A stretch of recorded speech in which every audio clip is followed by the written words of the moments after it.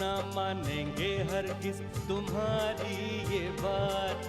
हाजिर करेंगे अपने चारों दामाद। दामाद हाजिर हो, दामाद हाजिर हो।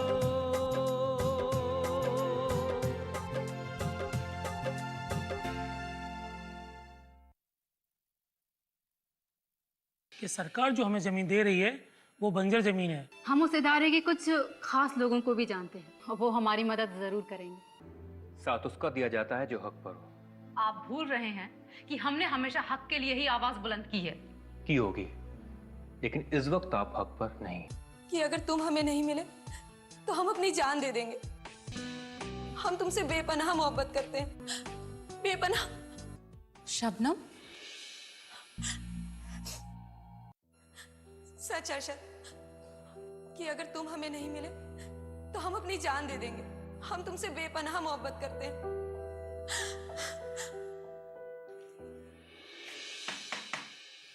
जी कौन? भाई मुझे पता चला है तुम्हारे छोटे भाई से कि तुम अपने मकसद में कामयाब हो गए हो। जी भाई ये खुशी सुन के मुझसे रहा नहीं गया।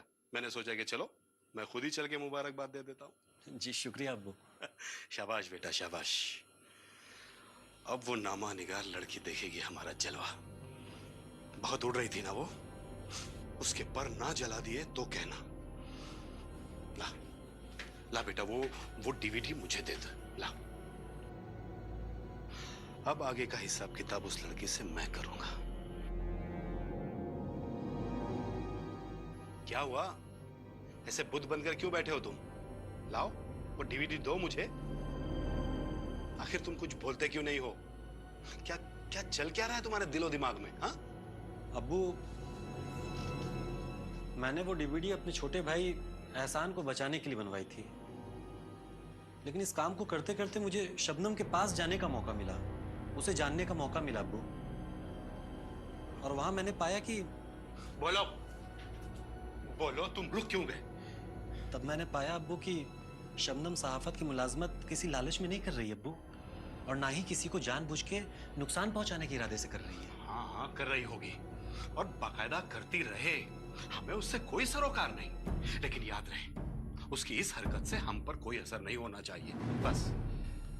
अब्बू, शबनम अपने पेशे के जरिए मुल्क की खिदमत करना चाहती है, मुल्क में फैली बुराइयों को दूर करना चाहती है। अब्बू, उसके इरादे बहुत नेक हैं और वो खुद भी बहुत नेक दिल है। देखो अरशद, मैं यहाँ तुमसे उस लड़की की शख्सियत के कसीदे सुनने नहीं आया हूँ। मेरे पास वक्त नहीं है। लाओ लाओ वो सीडी मुझे दे दो। अब्बा, ये स्टिंग ऑपरेशन का खेल खेलते खेलते न जाने कब मैं शबनम के प्यार में गिरफ्तार हो गया। आज मुझे खुद महसूस हुआ अब्बा, मैं उससे बहुत प्यार करता हूँ। क्या क्या बकवास कर रहे हो तुम? तुम्हारा दिमाग ठिकाने पर तो है? मैं सच कह रहा हूँ, मैं शबनम से बहुत प्यार करता हूँ। मैं नहीं मानता इस प्यार व्यार को, मोहब्बत वोहब्बत को। लाओ लाओ अरशद, वो डीवीडी मुझे दे दो। नहीं अब्बा, वो डीवीडी मैं आपको नहीं दे सकता अब्बा। क्या क्या कहा तूने? मेहरबानी करके मेरी बात समझने की कोशिश कीजिए अब्बा, ये मेरे लिए मेरी जिंदगी का सवाल है। और ये मेरे लिए मेरी सियासी कारगुजारी और तुम्हारे छोटे भाई की जिंदगी का सवाल है। अब्बा, आप चाहे जो भी कह लें, वो डीवीडी मैं आपको नहीं दे सकता। बदतमीज लड़का, तू मेरी मुखालफत करेगा? हाँ, अभी उस लड़की से मुलाकात हुए जुम्मा चंद रोज हुए हैं तुझे, और उसका जादू सर चढ़कर बोल रहा है तेरे ऊपर।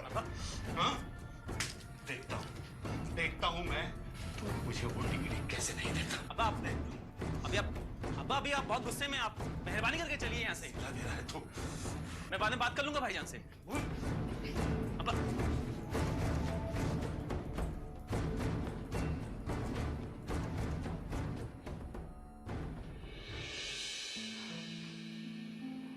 हमें तुमसे एक बेहद जरूरी काम है सरफराज। जी फरमाइए। लेकिन तुम्हें ये वादा करना होगा कि इस काम को तुम राज ही रखोगे।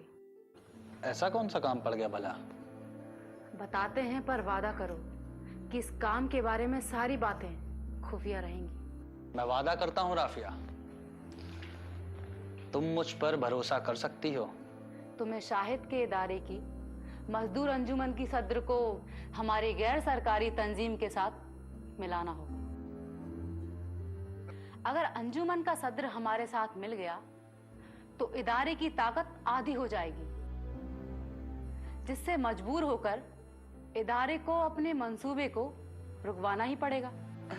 मान गए राफी, आपको बड़ी दूर की कौड़ी लाई हैं। क्या करें सरफराज, जब घी सीधी उंगली से नहीं निकलता तो उंगली टेढ़ी करनी ही पड़ती है। इस काम को अंजाम देने के लिए सिर्फ तुम्हारा सहारा चाहिए। आप इत्मीनान रखिए, आपका काम हो जाएगा।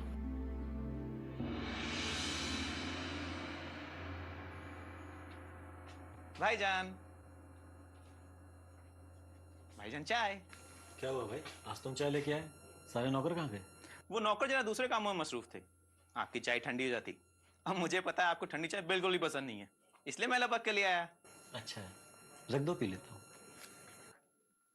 भाईजान पहले चाय पी लीजिए वरना ठंडी हो जाएगी। लो।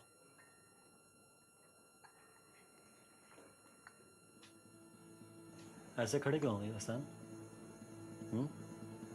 देखो, अगर तुम उस डीवीडी के बारे में बात करना चाहते हो तो। जी भाईजान। उसके बारे में मैं अपना फैसला अब्बा को बता चुका हूँ, शायद वो तुम्हें भी मालूम है। पर आपके इस फैसले से मेरी जिंदगी मुश्किल में पड़ जाएगी। गलत बात। तुम्हारी जिंदगी मुश्किल में मेरे फैसले से नहीं पड़ रही है, बल्कि तुम्हारी गलत हरकतों की वजह से पड़ रही है। वो जो भी हो, पर आपको तो मेरी मदद करनी चाहिए ना, वरना मेरा पूरा का पूरा मुस्तकबिल अंधेरे में डूब जाएगा। तुम अगर ऐसे काम करते रहोगे तो कोई क्या करेगा? मेरी बात तो जाने दीजिए, पर अगर मैं गुनहगार ठहराया गया तो हमारे पूरे खानदान की कितनी बेइज्जती होगी, अब्बा की कितनी बदनामी होगी। काश तुमने ये बात उस लड़के की रैगिंग करने से पहले सोची होती। आप क्यों मेरे जले पर नमक छिड़क रहे हैं? आखिर आप वो डीवीडी दे क्यों नहीं देते? क्योंकि वो डीवीडी अब मेरी जिंदगी का सवाल है। अगर वो डीवीडी मैंने तुम्हें दे दी तो मैं अपने प्यार को खो बैठूंगा और ऐसी लड़की को दगा दूंगा जो लड़की सच्चे दिल से मुझसे प्यार करती है। वो लड़की आपको अपने भाई की जिंदगी से ज्यादा अजीज हो गई। आप उस लड़की के लिए जिसे आपकी जिंदगी में दाखिल हुए जुम्मा 8 दिन नहीं हुए हैं, अपने छोटे भाई, अपने अब्बू, अरे अपने पूरे खानदान की इज्जत को दांव पर लगाने पर आमादा हो गए। अरे बोलिए ना, जवाब क्यों नहीं देते? मुंह पर ताला लगा हुआ है क्या? देखो, मैं तुम्हें साफ साफ कह चुका हूं, मैं उस लड़की से बहुत प्यार करता हूं और उसे नुकसान नहीं पहुंचा सकता। खैर, आप अपना प्यार अलग से देखते रहिए, मुझे उससे कोई मतलब नहीं है। मुझे तो बस वो डीवीडी चाहिए, हर हाल में। मेरे बस निकलने का बस वही एक रास्ता है। तुम्हारे बचाने के लिए मैं और रास्ते निकाल लूंगा, बड़ा से बड़ा वकील करूंगा, अपनी जी जान लगा दूंगा। रहने दीजिए बड़ी बड़ी बातें, बहुत सुन ली मैंने आपकी बातें। अब मुझे जो करना है ना, मैं वो करूंगा।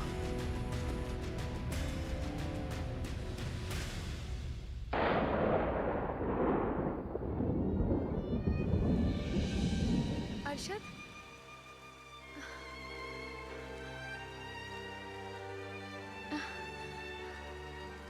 अरशद, तुम कहाँ थे इतने दिन से? अरशद, मैंने तुम्हें कितने फोन किए,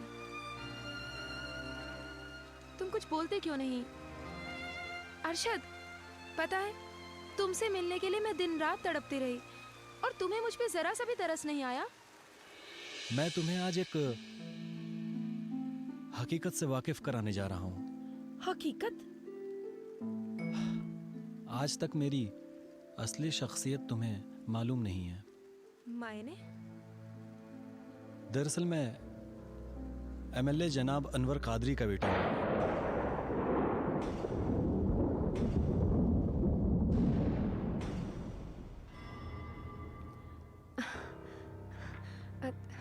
तुम एमएलए अनवर कादरी के बेटे हो? मजाक कर रहे हो ना अरशद? नहीं शबनम,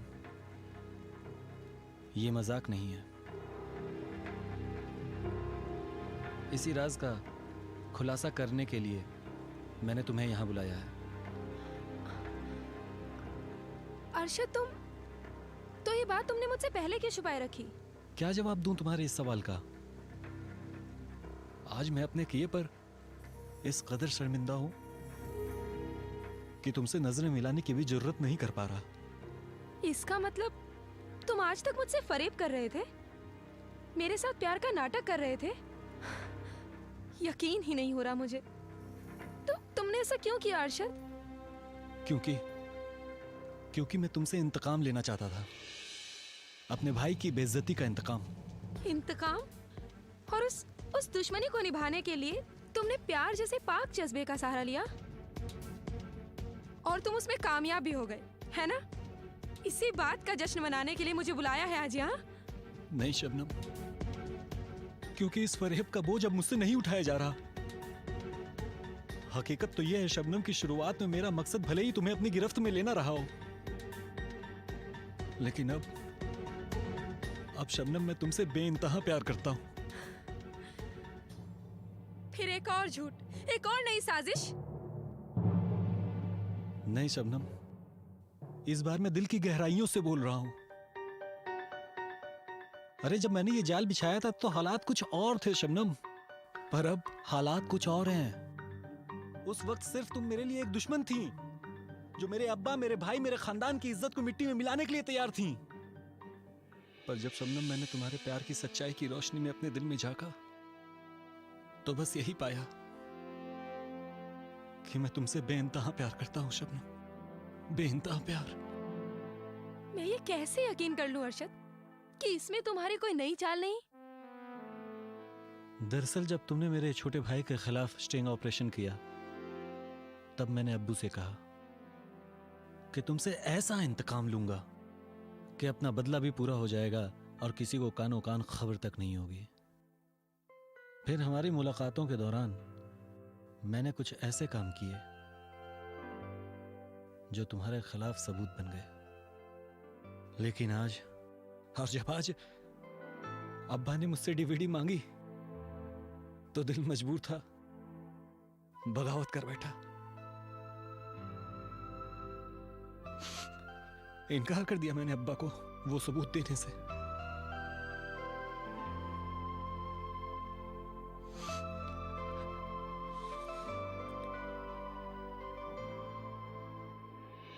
ये रही वो डीवीडी।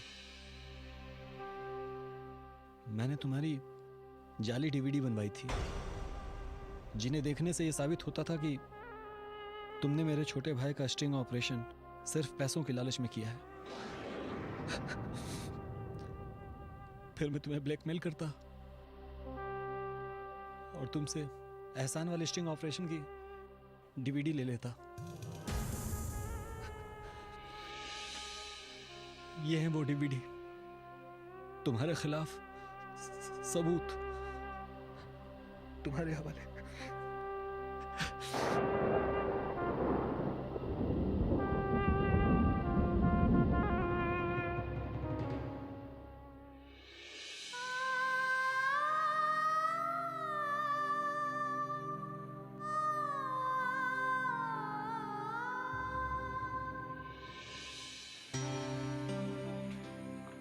शबनम, क्या बात है? कुछ बता तो सही। शबनम, कुछ तो बोल।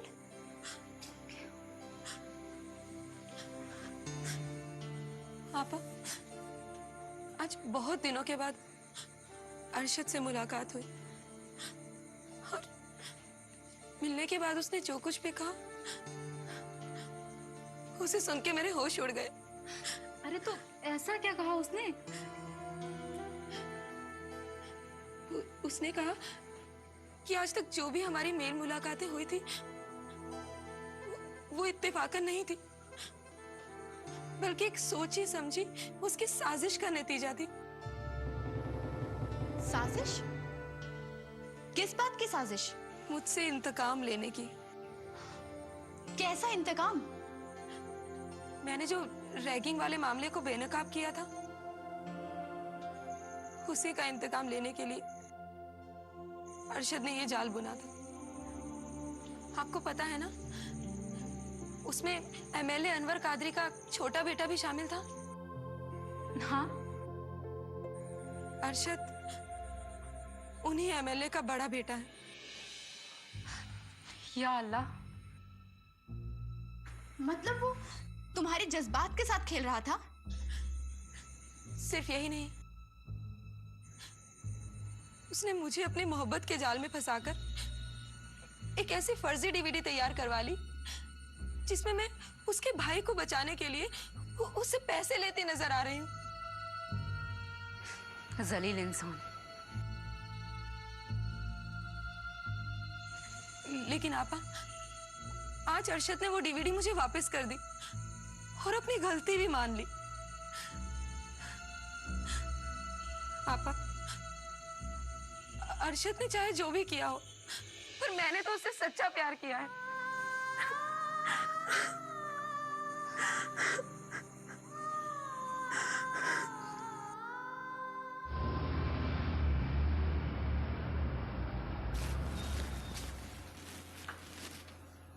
शायद मियाँ, क्या हुआ? तबीयत ठीक नहीं है? नहीं, तबीयत तो ठीक है। तो फिर क्या बात है, काम क्यों नहीं कर रहे हो? यूं समझो कि काम करने का दिल नहीं चाह रहा। क्यों?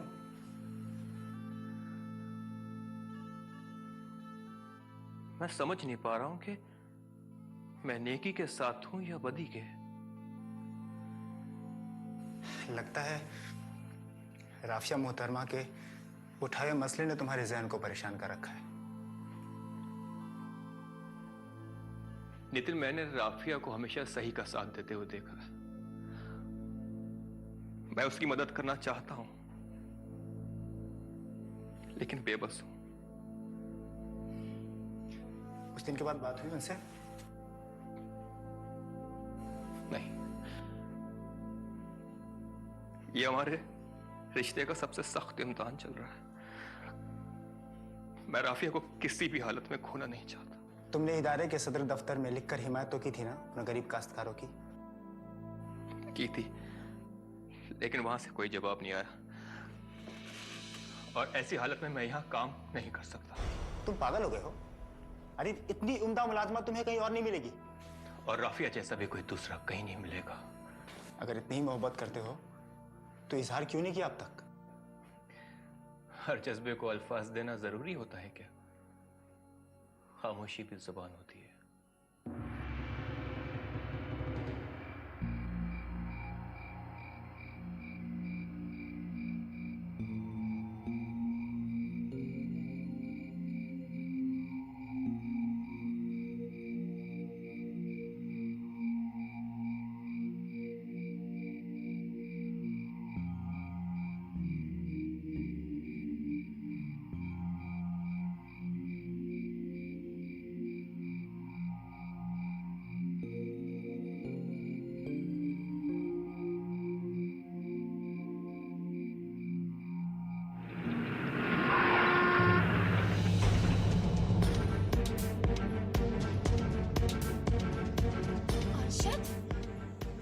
अर्शद, अर्शद, अर्शद क्या हुआ तुम्हें?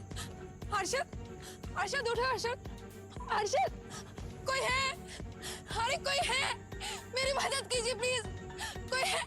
अर्शद, अर्शद उठो अर्शद। अरे भाईजान, इन्हें उठाने में मेरी मदद कीजिए प्लीज, इन्हें गाड़ी में बिठाइए। अर्शद,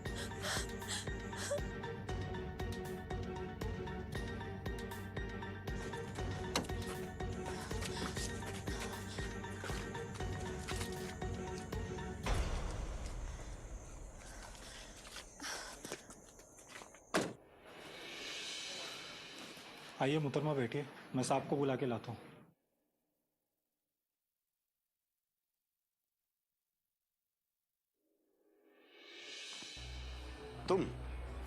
तुम यहाँ अरशद से मिलने आई हो? जी, जी नहीं। तो फिर क्यों आई हो यहाँ? हमारी इज्जत के साथ खिलवाड़ करके दिल नहीं भरा तुम्हारा? हाँ? जो दौलत की खातिर फिर कौन सा नया खेल खेलने आई हो हम लोगों के साथ तुम? तरस आता है मुझे आप पर एमएलए साहब।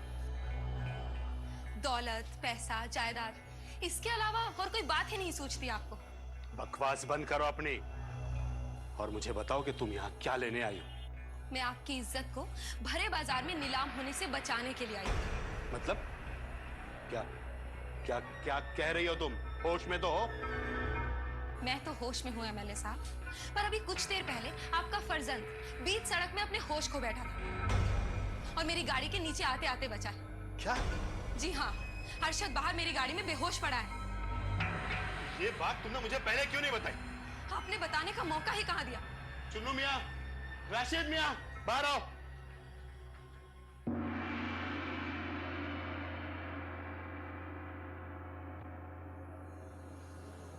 कभी किसी के इश्क में पढ़कर देखना, तब पता चलेगा कि इश्क की आग कैसी होती है।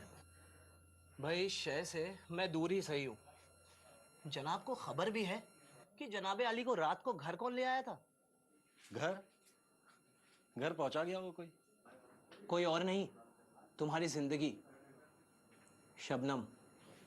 क्या क्या कह रहा है यार तू? तेरी कसम यार, मैं वही बोल रहा हूँ जो तेरे अब्बा ने मुझे बताया था। तुझे इस बात की खबर भी है कि वो कितने आग बबूला हो रहे थे इस बात को लेकर? पर यार शबनम मुझे उठा के कहां से लाए? वहीं सड़क से। तू उसी के गाड़ी के आगे गिर पड़ा था, मदहोशी के आलम में।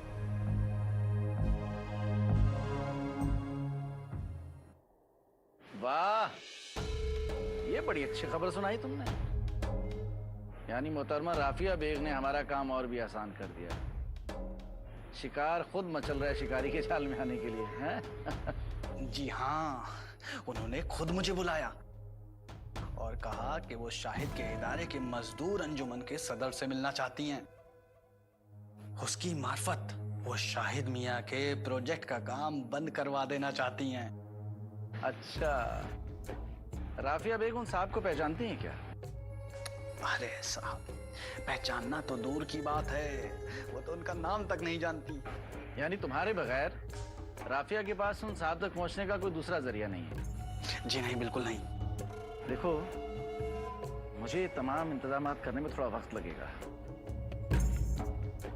तब तक तुम राफिया बेग को थोड़ा उलझा के रखो, जैसे कि अंजुमन के सदर से मिलना कोई आसान काम नहीं होता। जी जी जी जी जी। और इससे उसकी बेताबी बढ़ जाएगी। जी हाँ जी हाँ जी हाँ। और जैसे ही तुम अचानक उसको बोलोगे कि आज उन साहब से मिलना है, तो बिना कुछ सोचे समझे हमारे जाल में फंसने के लिए आ जाएगी। देखिए जुल्फिकार साहब, कोई खून खराबा नहीं होना चाहिए। ऐसा ना हो जाए कि मैं खामखा किसी इल्जाम में फंस जाऊं।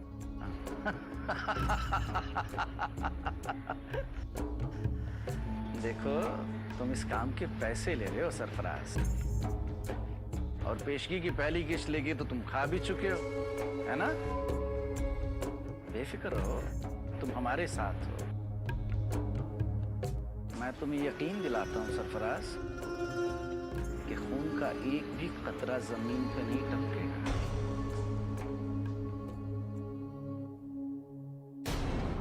नहीं हम ना